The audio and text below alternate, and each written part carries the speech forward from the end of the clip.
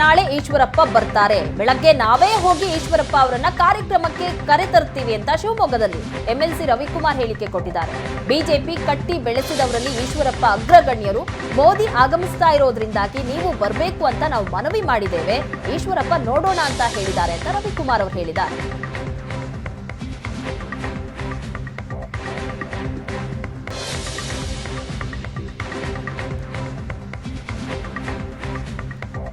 ಈಶ್ವರಪ್ಪ ಅವರನ್ನು ನಾವು ಬೆಳಗ್ಗೆ ಹೋಗಿ ಕರೆದು ಬಂದಿದ್ದೇವೆ, ಬರ್ತಾರೆ ಹೇಳಿದ್ದಾರೆ.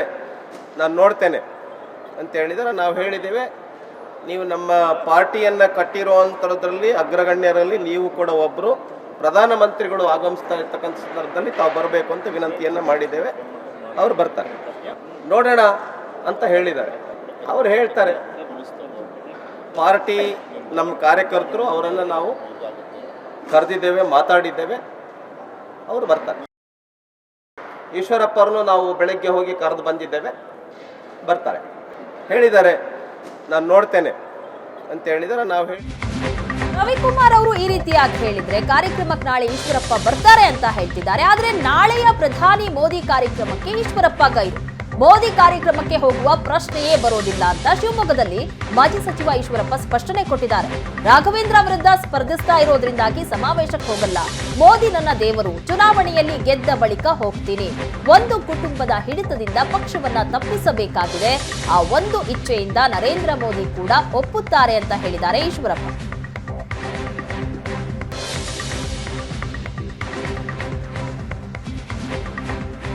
ನಾನು ರಾಘವೇಂದ್ರನ ವಿರುದ್ಧವಾಗಿ, ಯಡಿಯೂರಪ್ಪನವ್ರ ವಿರುದ್ಧವಾಗಿ ಚುನಾವಣೆ ಸ್ಪರ್ಧೆ ಮಾಡ್ತಾ ಇರೋಂಥ ಸಂದರ್ಭದಲ್ಲಿ ನಾನು ಹೆಂಗೆ ಹೋಗಕ್ಕೆ ಬರುತ್ತೆ?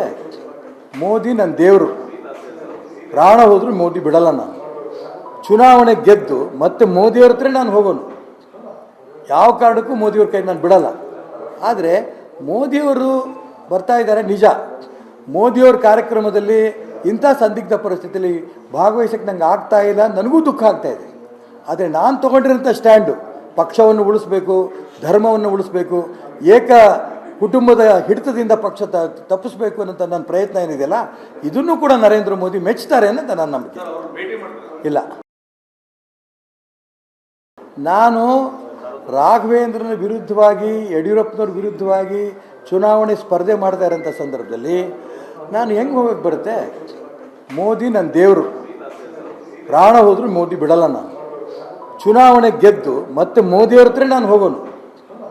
ಯಾವ ಕಾರಣಕ್ಕೂ ಮೋದಿಯವ್ರ ಕೈ ನಾನು ಬಿಡಲ್ಲ. ಆದರೆ ಮೋದಿಯವರು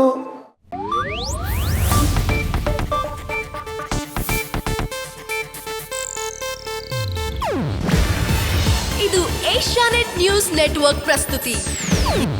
ನೀವು ನೋಡ್ತಿದ್ದೀರಾ ಏಷ್ಯಾನೆಟ್ ಸುವರ್ಣ ನ್ಯೂಸ್.